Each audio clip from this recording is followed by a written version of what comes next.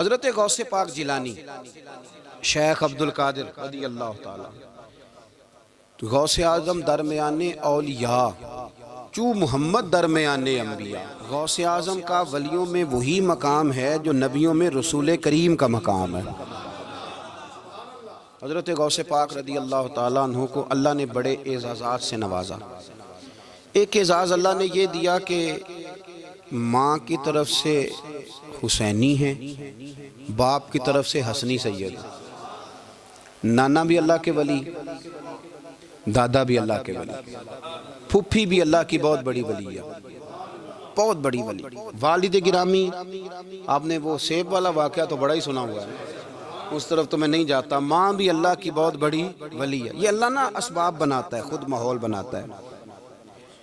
آپ کے جو والد گرامی تھے ان کا نام تھا ابو صالح سید موسیٰ جنگی دوست رحمت اللہ علیہ۔ بادشاہ کے کچھ سپاہی تھے جو مٹکے اٹھا کے جا رہے تھے، اور مٹکے تھے شراب کے بھرے ہوئے، مٹکے اٹھا کے جا رہے تھے۔ حضرت سید محمد موسیٰ جنگی دوست رحمت اللہ علیہ بھی قریب سے گزرے۔ یہ کیا ہے بھائی؟ بدبو سے سمجھ تو گئے، تصدیق کے لیے پوچھا کیا ہے؟ انہوں نے کہا جناب یہ بادشاہ کا سامان لے کے جا رہے ہیں۔ آپ تو جھنڈے والی گاڑی کو ویسے نہیں نہ پوچھ سکتے، سوال ہی نہیں پیدا ہوتا۔ آپ چونکہ جمہوری لوگ ہیں، آپ نے تو بس دفتر بنانا ہے، جب الیکشن ہوگا نا اپنے دروازے کے سامنے سارے محلے سے لڑائی لینی ہے کہ ووٹ میرے آکے دیں۔ پھر ٹھیک 1.5 مہینے کے بعد سجدہ صاف بھی کر جاتے ہیں، بندہ غلط سی میں نے پتہ ہی نہیں لگا۔ تو یہ پہلے سوچنا تو تھوڑا سا ایسے ہی بلا وجہ الیکشن تو روز کبھی کبھی آئے گا، تو ہم نے ایک جگہ تو روز رہنا، ایک دوسروں سے جھگڑے کرنا اور معاذ اللہ تعالیٰ غیبتیں کرنا، عزتیں اچھالنا، یہ مسلمان کا شیوا نہیں ہے۔ حضرت غوث پاک کے والد نے پوچھا کیا لے کے جا رہے؟ بادشاہ کا سامان ہے جی۔ ہاتھ میں ڈنڈا تھا، 3 مٹکے تھے شراب کے بھرے ہوئے، زور سے ایک ڈنڈا مٹکوں پہ مارا تو مٹکے ان کے سروں پہ ٹوٹ گئے۔ بادشاہ سلامت، ہم سارے تقریباً بادشاہ سلامت ہوتے ہیں، یہ کسی کی جرت ہے مطلب میرے گھر کے معاملے میں مداخلت کرے، اور پھر بادشاہ ہو۔ لوگوں نے جا کے بڑی غیبتیں کی، بڑی بڑی کہانیاں سنائیں۔ اس نے تو توڑ دیا جی مٹکے آپ کے، نے کوئی حال نہیں چھوڑا۔ تو بادشاہ کہنے لگا بلاؤ سید موسیٰ پاک جنگی دوست رحمت اللہ علیہ کو بلا لیا۔ تو کہنے لگے بادشاہ تمہیں پتا تھا مٹکے کس کے ہیں؟ آپ فرمانے لگے پتا تھا مجھے۔ کہا کیوں توڑے؟ فرمایا اس لیے توڑے کہ مجھے تیرے اوپر رحم آ گیا تھا، تو اگر شراب پیے گا تو دوزخ میں جلے گا، مجھے رحم آیا تھا میں نے توڑ ڈالے۔ تو کہنے لگا آپ کون ہیں؟ تو آپ فرمانے لگے میں محتسب ہوں، میری حساب کتاب لینے کی ڈیوٹی ہے، محتسب ہوں، غلط آدمی کا حساب کروں گا۔ تو بادشاہ کہنے لگا کس نے ڈیوٹی لگائی آپ کی؟ فرمانے لگے میری ڈیوٹی میرے رب کریم نے لگائی ہے، میری ڈیوٹی اللہ نے لگائی ہے۔ تأمرون بالمعروف وتنہون عن المنکر، مسلمان کے ذمے ہے اچھائی کا حکم دے گا، برائی سے روکے، یہ ذمہ داری ہے میری، اللہ نے ڈیوٹی لگائی ہے۔ بادشاہ پہ اتنا روب طاری ہوا کہ کہنے لگا حضور آپ کی بڑی مہربانی، آپ نے یہ کام کیا۔ کہنے لگا جناب اگر آپ اجازت دیں تو میں بھی آپ کو محتسب نہ بنا دوں، آپ میرے وزیر بن جائیں، کوئی بندہ اس طرح کا کام کرے تو اسے روکیں۔ تو آپ فرمانے لگے نہیں، تو اپنی نوکری سنبھال کے رکھ، جسے اللہ ڈیوٹی پہ لگائے اسے پھر بندوں کی ڈیوٹیاں نہیں کرنی چاہیے۔ یہ اعزاز اللہ نے انہیں دیا، یہ شان رب کریم نے عطا فرمائی۔ ان کے صاحبزادے تھے حضرت غوث پاک جیلانی رضی اللہ تعالیٰ عنہ۔ اللہ تعالیٰ نے جب کسی شخص سے کام لینا ہوتا ہے تو اللہ اس کے لیے اسباب بھی خود ہی پیدا کر دیتا ہے۔ علامہ اقبال اپنے استاد کی بڑی قدر کرتے تھے، شمس العلماء کی۔ تو ایک دن حضرت شمس العلماء سے کہنے لگے استاد جی آپ کی مہربانی سے پڑھ گیا ہوں۔ تو فرمانے لگے پتر تیری کلاس میں تو 250 لڑکا تھا، میری مہربانی تو سب پہ تھی، پر سارے تو اقبال نہیں نہ بنے۔ فرمانے لگے تیرے اندر بھی کوئی خوبی تھی، اس کی وجہ سے اللہ نے تجھے یہ اعزاز، کوئی چیز تیرے اندر بھی۔ اللہ تعالیٰ جب کسی بندے کو نوازتا ہے نا تو بندہ بھی محنت کرتا ہے، لیکن اس کی محنت سے زیادہ اللہ کے فضل کا دخل ہوتا ہے۔ تو بندے کئی دفعہ کہنے لگ جاتے ہیں بڑی مشقت کی، بڑی محنت کی، کچھ بھی نہیں ہوتا، زیادہ اللہ کے فضل کا انحصار ہوتا ہے۔ رب جیسے چاہتا ہے ویسے فیصلے دیتا ہے۔ آپ فرماتے ہیں کہ میں چھوٹا سا تھا، والد انتقال کر گئے، والدہ تھی میری اور ہم 2 بھائی تھے۔ فرماتے ہیں بچے کھیلنے کے لیے نکلے تو میں بھی ان کے پیچھے کھیلنے نکل گیا۔ ایک بیل بچوں کے قابو آ گیا، تو بچوں کے قابو کو چیز آ جائے تو پھر وہ اس کا جو حال ہوتا ہے وہ تو ہمیں پتہ ہی، ہم سارے بچے رہ چکے ہیں۔ تو کہتے ہیں وہ بیل قابو آ گیا، کوئی اس کے کان چھیڑتا، کوئی اس کی دم چھیڑتا، کوئی اس کے سینگ چھیڑتا، کوئی کسی جگہ سے اسے تنگ کرتا، مختلف بچے اس کو نا دم سے پکڑ کے ہلاتے، بیل بھاگتا۔ حضور غوث پاک فرماتے میں بھی آگے بڑھا، اور میں نے جب اس کی دم پکڑ کے ہلائی تو بیل نے میری طرف منہ کیا اور کہنے لگا عبد القادر تو نہ ایسے کر، بول کے کہنے لگا تو نہ ایسے کر، تجھے رب نے ان کاموں کے لیے پیدا نہیں فرمایا۔ آپ فرماتے مجھے اتنا خوف طاری ہوا، بیل کو بولتے دیکھا تھا پہلی دفعہ، بیل کو۔ اب میرے سنی کو بھی دلیلوں کی ضرورت ہوتی ہے نا، دلیل نہ دیں، کسی بزرگ کی بات سنائیں تو سنی بھی تھوڑا تھوڑا دائیں بائیں دیکھتا ہے۔ یہ شور ایسا ہوا ہے نا، پراپوگنڈا ایسا ہے۔ میں حدیث پاک سنا دیتا ہوں۔ رسول کریم صلی اللہ تعالیٰ علیہ وآلہ وسلم فرماتے ہیں ایک شخص نے بیل پہ سواری کر لی تھی۔ بیل سواری کے لیے نہیں پیدا کیا گیا، سواری کے لیے اونٹ ہیں، خچر ہیں، گھوڑے ہیں، گدھے ہیں، بیل کھیتی باڑی کے لیے۔ اس شخص نے جب بیل پہ سواری کی تو بیل پیچھے مڑ کے دیکھنے لگا اور کہنے لگا یار تو بڑا بیوقوف ہے، بول کے کہنے لگا مجھے اللہ نے سواری کے لیے نہیں پیدا کیا، میرے سے وہ کام لے جس لیے میں پیدا کیا گیا ہوں۔ تو بندہ ڈر گیا، کہنے لگا بڑی حیرانگی والی بات نہیں کہ بیل بولتا ہے، تو بیل پھر بول پڑا۔ کہنے لگا اس سے بھی زیادہ حیرانگی والی بات ہے۔ اس نے کہا وہ کیا؟ کہنے لگے مدینے میں نبی پاک آ گئے ہیں اور تو نے ابھی تک کلمہ ہی نہیں پڑھا، یہ اس سے بھی زیادہ حیرانگی والی بات ہے۔ جامع المعجزات میں حدیث موجود ہے، حضور آ گئے اور تو نے کلمہ ہی نہیں پڑھا۔ وہ شخص کہتا ہے میں سر پٹ دورا، جب آ کے سامنے کھڑا ہوا تو حضور مسکرائے، فرمایا آجا پڑھ لے کلمہ، مجھے پتا ہے تجھے کس نے بھیجا ہے۔ اللہ والوں کی باتیں مان لیا کریں، میں بڑی ذمہ داری سے کہتا ہوں رب کریم کے کوئی بندوں کی بات کتاب و سنت کے خلاف نہیں ہوتی، وہی تو کتاب و سنت آگے پہنچانے والے ہوتے۔ تو حضور غوث پاک فرماتے ہیں میں وہ ڈر کے گھر آیا، جب گھر پہنچا تو میرے کانوں میں آواز آ رہی تھی لبیک اللہم لبیک لبیک لا شریک لک لبیک۔ فرماتے میں چھت پہ چڑھا اور میں نے جیلان میں اپنی چھت پہ کھڑے ہو کے دیکھا، تم حج کے دن تھے، میری سیدھی نظر میدان عرفات پہ گئی، لوگ میدان عرفات میں بیٹھ کے لبیک لبیک پڑھ رہے تھے۔ پہلے میں وہاں سے ڈر کے آیا، پھر چھت سے ڈر کے نیچے اترا، ماں کو ساری بات بتائی تو کہتی میری ماں کہنے لگی بیٹے جب تو پیدا ہونے والا تھا تو مجھے بڑی بشارتیں ملتی۔ فرماتے ہیں ماں نے نا کھولا بکسا صندوق تو 80 دینار نکالے، فرمایا پتر تم 2 بھائی ہو اور تمہارا باپ کل جاگیر 80 دینار چھوڑ گیا، 80 40 تمہارے 40 تمہارے بھائی کے۔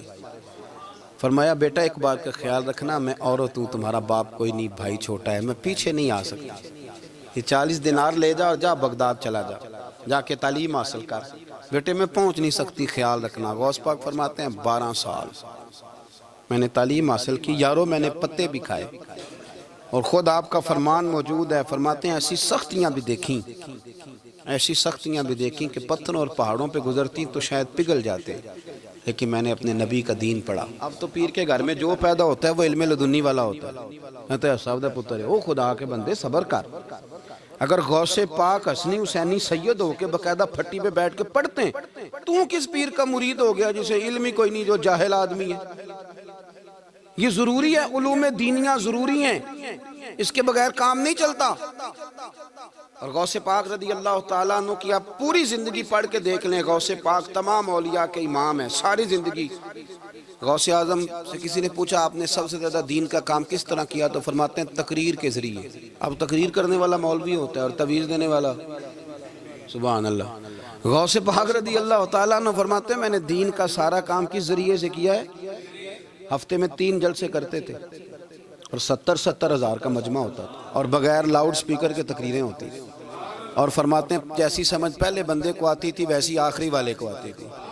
لوگوں نے کہا حضور یہ کرم کیسے ہوا؟ فرمانے لگے میں نے جب تعلیم حاصل کر لی تو بولنا آتا ہی نہیں تھا، تو میں بڑا پریشان، ایک دن سو گیا تو خواب میں رسول کریم کا دیدار نصیب ہوا۔ فرمایا تیری تو واز کیا کر، تیرے واز سے لوگوں کو فائدہ ہوگا۔ یا رسول اللہ میں اجمی بندہ ہوں، لوگوں کے سامنے کیسے بات کروں گا؟ تو حضور نے فرمایا منہ کھولنا ذرا۔ کہتے میں نے منہ کھولا تو محبوب نے 7 دفعہ لعاب دہن ڈالا میرے منہ میں۔ آپ فرماتے ہیں پھر بولتا میں تھا، اثر کوئی اور پیدا کر دیتا۔ حضور غوث پاک رضی اللہ تعالیٰ عنہ نے 40 سال دین کا کام کیا۔ صبح کے وقت فقہ کا درس دیتے تھے فجر کے بعد، کچھ دیر کر ناشتہ کرتے سو جاتے، پھر آ کے مدرسے میں پڑھاتے باقاعدہ بچوں کو۔ غوث پاک رضی اللہ تعالیٰ عنہ کی سیرت پر آپ ساری کتابیں پڑھ لیں، ساری کتابیں لو، میں نے بھی بڑا ہی دعویٰ کر دیا، یعنی ساری کتابیں جتنی اب تک چھپی ہوئی ہیں ساری پڑھ لو، کہیں نہیں ملے گا کہ ہم غوث پاک کے آستانے پہ گئے۔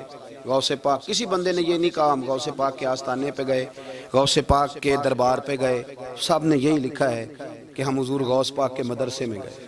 ہمارے نا مدرسوں میں سبق تقسیم ہوتے ہیں، سال جب شروع ہوتا ہے نا تو سبق تقسیم ہوتے ہیں، ہمارے مدرسے میں بھی تقسیم کرتے ہیں ہمارے مولانا۔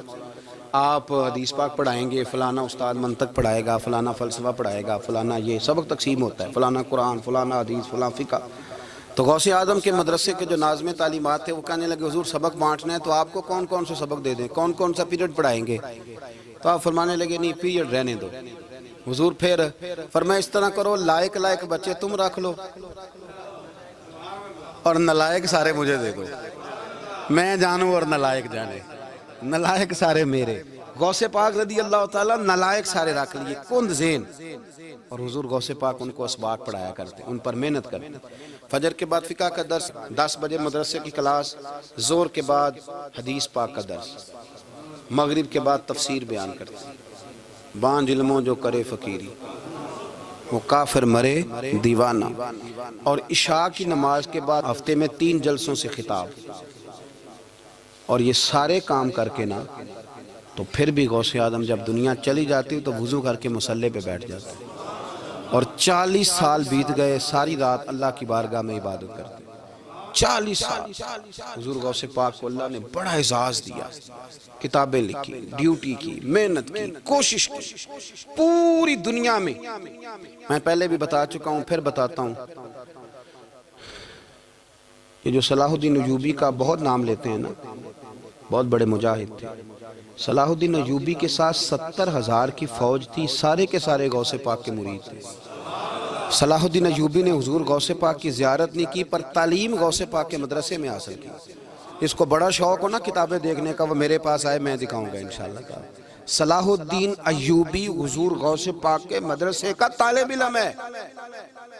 یہ آپ کے ملک میں 2-3 دن سے رٹا چل رہا ہے، وکیلوں کا، ڈاکٹروں کا، کل سے یونیورسٹی کا بھی چل گیا ہے۔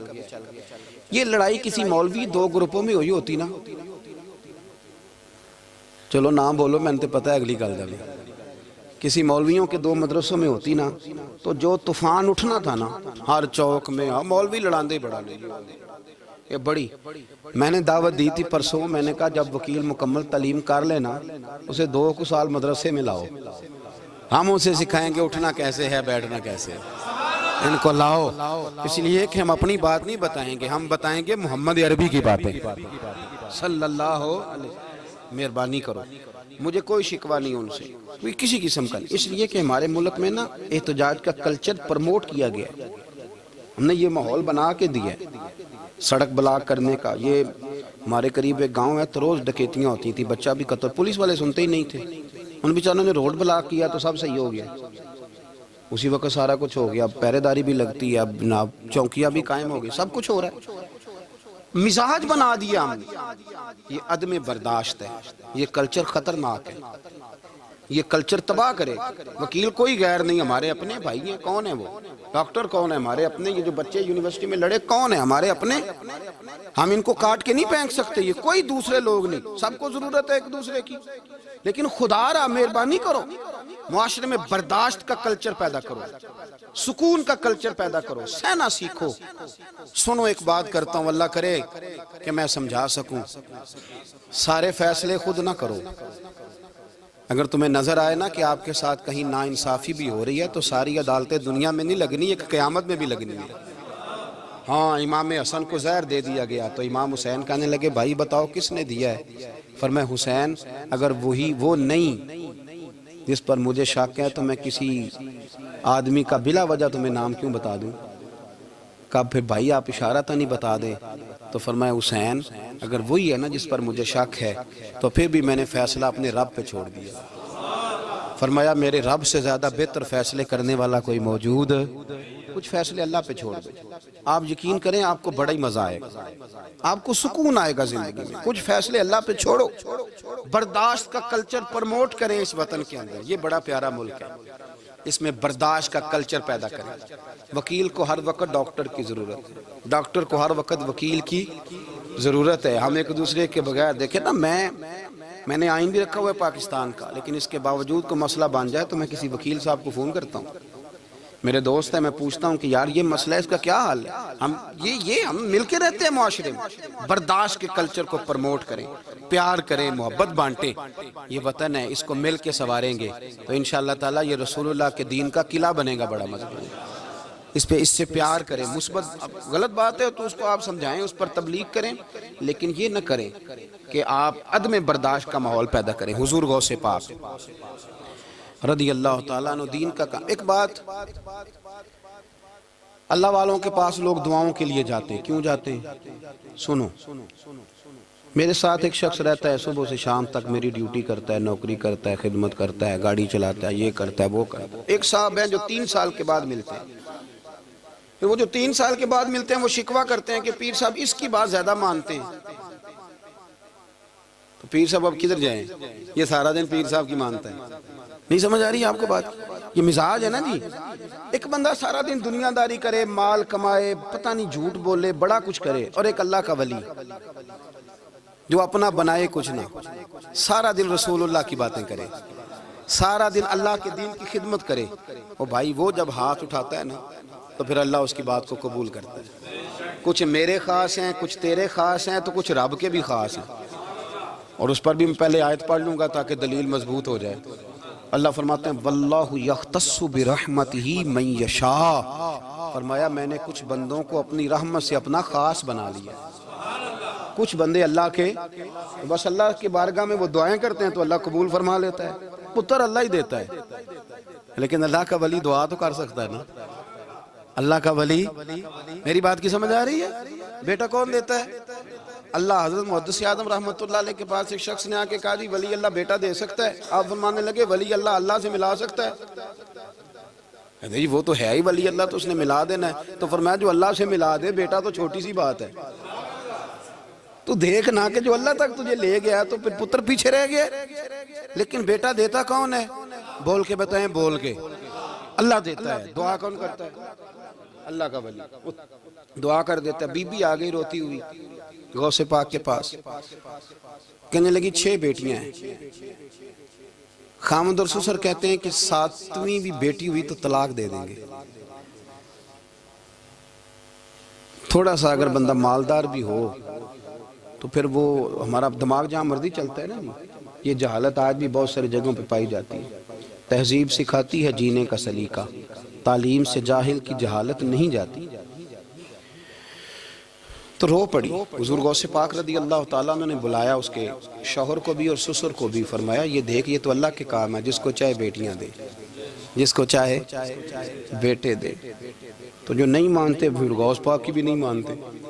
انہوں نے کہا جی نہیں دی, میں تو نکاح کروں گا. چلے گئے تو غوث پاک کی بارگاہ میں وہ بیٹی اور اس کا باپ اور اس کی ماں پھر آئے, کہنے لگے حضور مہربانی فرمائیں. پھر اللہ کے ولیوں کے پاس ایک قوت ہوتی ہے جس کا نام مصلح ہے. مصلح بہت بڑی طاقت, بہت بڑی. حضور نے فرمایا دعا صلاح المومن, فرمایا دعا مومن کا ہتھیار ہے.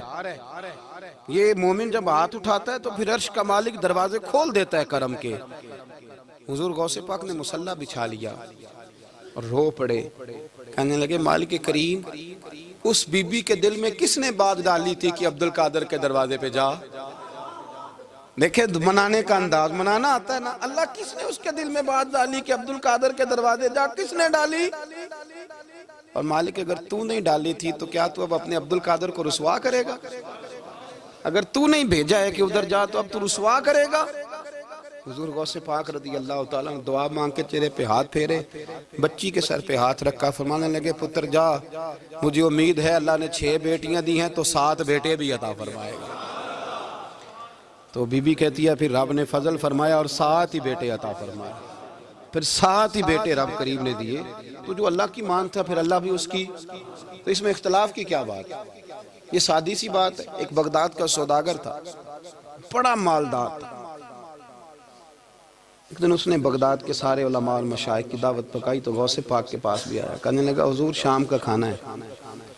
آپ نے اس کا چہرہ دیکھا تو وہ رو پڑا، کہنے لگا بغداد کے پیر انکار نہ کرنا۔ آپ نے فرمایا تو جا میں آؤں گا۔ شاگرد مرید کہنے لگے حضرت جی آپ بڑی مشغولیت تھی شام کو، فرمایا اتنا بڑا آدمی جب رو پڑتا ہے تو لگتا ہے بڑا مجبور ہے، چلیں گے۔ شام کو جب اس کے دروازے پہ گئے تو کھانا بھی اس نے چنا تو ساتھ اس نے ایک ٹوکرا ایک صندوق بھی لا کے رکھا، اوپر سے خالی۔ جب غوث پاک نے اٹھ کے دیکھا تو اندر اس سوداگر کا بیٹا، اس تاجر کا بیٹا، دونوں ٹانگوں سے معذور، دونوں ہاتھوں سے معذور، ایک ہی بیٹا اپاہج ہے۔ وہ تاجر رو پڑا، کہنے لگا حضور بڑی دنیا جانتی ہے، بڑا مال ہے، پر جب تنہا بیٹھتا ہوں تو کھول کے روتا ہوں۔ وہ بے نیاز ہے نا، ساری زندگی کے بعد ایک بیٹا دیا تو وہ بھی اپاہج ہے۔ حضور بال سفید ہو گئے، لوگوں کی اولاد بڑھاپے کا سہارا بنتی ہے، میں بوڑھے وقت میں اس کو اٹھا کے پیشاب پخانے کے لیے لے کے جاتا ہوں۔ بغداد کے عبدالقادر سنا ہے جب تو دعا مانگتا ہے تو رب قبول فرما لیتا ہے، تو مہربانی فرما اگر میرا پتر ٹھیک ہو جائے، میرا زور کوئی نہیں مالک، بے نیاز ہی بڑا ہے، اگر مہربانی ہو جائے۔ تو غوث پاک نے پھر مصلی بچھایا، مصلی بچھا کے کہنے لگے مالک تو اپنے بندوں کے دل میری طرف کیوں موڑتا ہے، اور اگر موڑتا ہے تو پھر رحمت کی نظر فرما، بندہ نوازی فرما۔ ایک باپ اتنے رو رو کے آنسو بہا رہا ہے تو کرم نوازی فرما۔ حضور غوث پاک نے ابھی چہرے پر ہاتھ نہیں پھیرے کہ بچہ اللہ اکبر کہتا ہوا صندوق سے باہر نکل آیا۔